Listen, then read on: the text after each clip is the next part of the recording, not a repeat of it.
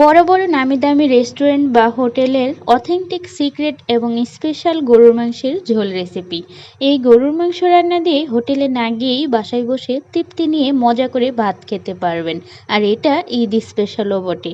আমরা বলি না, হোটেলে গরুর মাংস কেন এত মজা লাগে, খাইলেই কেন এত ভালো লাগে। আসলে হোটেলের রান্নার কিছু প্রসেস এবং কিছু সিস্টেম আছে, যেগুলো কিনা আমরা জানি না বা ফলো করি না। আজকে আপনাদের সেই সিস্টেম বা প্রসেসিংগুলো দেখিয়ে দেব, তাই পুরো ভিডিওটা আমার সাথেই থাকুন। ভালো লাগলে লাইক কমেন্ট শেয়ার করে দিন। সো হাই, আসসালামু আলাইকুম, সবাইকে জুম্মা মোবারক। কথা না বাড়িয়ে চলুন মূল ভিডিও। গত ভিডিওতে দেখিয়েছিলাম জামাই আমাকে সারপ্রাইজ দিয়েছে। তো আমি ঘুম থেকে উঠেই দেখতেছি 1 কেজির বেশি মাংস নিয়ে চলে আসছে, হাঁড়িতে ঢাকা। আমি ঢাকনা খুলতেই দেখি যে ঢেকে রেখেছে, তো ভালোভাবে সুন্দরভাবে কেটেও রেখেছে। তো আমি সেই মাংসগুলো আর দেরি না করেই ম্যারিনেট করতে বসে গেছি।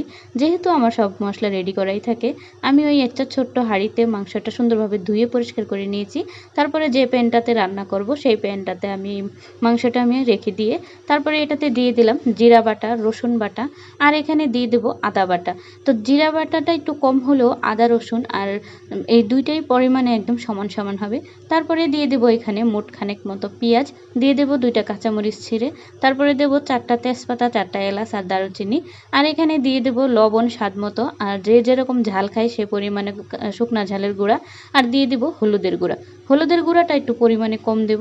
তারপরে এখানে দিয়ে দেবো 1 কাপ পরিমাণ তেল।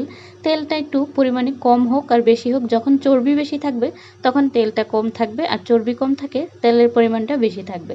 তো এই তো সুন্দরভাবে একটু মাখিয়ে নিতেছে। তো আপনাদের ভাই আমাকে একটু হেল্প করতেছে, কারণ আমি একটু অসুস্থ, তাই ও মাংস সুন্দরভাবে ম্যারিনেট করে দিতেছে। আর এই মাংস ম্যারিনেট করাতেই অর্ধেক রান্না হয়ে যায়, এটা অনেকেই জানে বা জানে না। তো এখানে দিয়ে দেবো গোটা গোটা 3টা রসুন। রসুন 3টাই আসল মানে অথেন্টিক একটা ফ্লেভার আসবে এর মধ্যে। তো আমি আরও বেশি করে দিতে চেয়েছিলাম, কিন্তু দেওয়া হয়নি, যেহেতু অল্প মাংস 500 গ্রাম। তো আপনারা যখন বেশি মাংস রান্না করবেন প্রায় 7-8টাও রসুন দেওয়ার চেষ্টা করবেন। তো এই তো এইভাবে করে সুন্দরভাবে ম্যারিনেট করে রেখে দিয়েছে। আপনারা চাইলে এটা খুন্তির সাহায্যে নাড়াচাড়া করে ম্যারিনেট করতে পারেন। তো এখানে হাতটা ওয়াশ করার জন্য সামান্য একটু পানি হাতে দিয়ে ওই পানিটা মাংসের ইয়েতে দিয়ে দিল। দিয়ে আমি প্রায় 1 ঘন্টা মতো এটা রেখে দেবো রেস্টে ঢাকনা দিয়ে। তারপরে আমি এটা চুলার উপর বসিয়ে দেব। চুলার উপর বসিয়ে দিয়ে চুলাটা আমি অন করে দেব। অন করে দিয়ে আমি এখানে জাল দিতে থাকবো। তো এটা তো আর খড়ির চুলা না যে বসে থেকে জাল দিতে হবে, তো খেয়াল রাখতে হবে। চুলার জালটা মিডিয়ামে রেখে আমি এটা 5 মিনিট মতো রান্না করে নেব। 5 মিনিট পর এটা ঢাকনাটা তুলে একটু নাড়াচাড়া করে দেব, কারণ কারেন্টের চুলা যখন তখন লেগে যেতে পারে। তো সুন্দরভাবে একটু নাড়াচাড়া করে আরও 5 মিনিটের জন্য রান্না করতে ঢাকনা দিয়ে ঢেকে দেব। এইভাবে আপনারা চাইলে ঈদে বা কোনো মেহমান আসলে বা হাতে যদি সময় থাকে আপনারা যে কোনো সময় রান্না করতে পারবেন।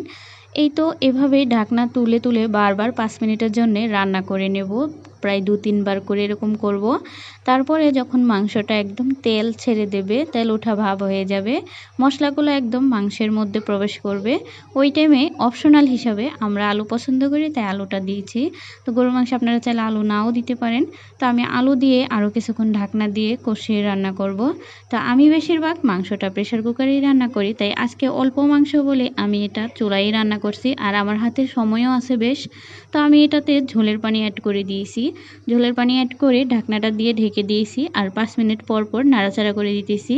তো চুলার জালটা হাই লেভেলে দিয়ে তারপরে বেশ কিছুক্ষণ রান্না করে যখন ঝোলের পানিটা কমে আসবে তখন চুলার আঁচটা মিডিয়াম করে দিয়ে তারপরে বেশ কিছুক্ষণ রান্না করে যখন মাংসটা হয়ে আসবে তখন গরম মশলার গুঁড়ো দিয়ে নামিয়ে নেব। এই তো হয়ে গেল রান্না। তো সবাই ভালো থাকবেন। আল্লাহ।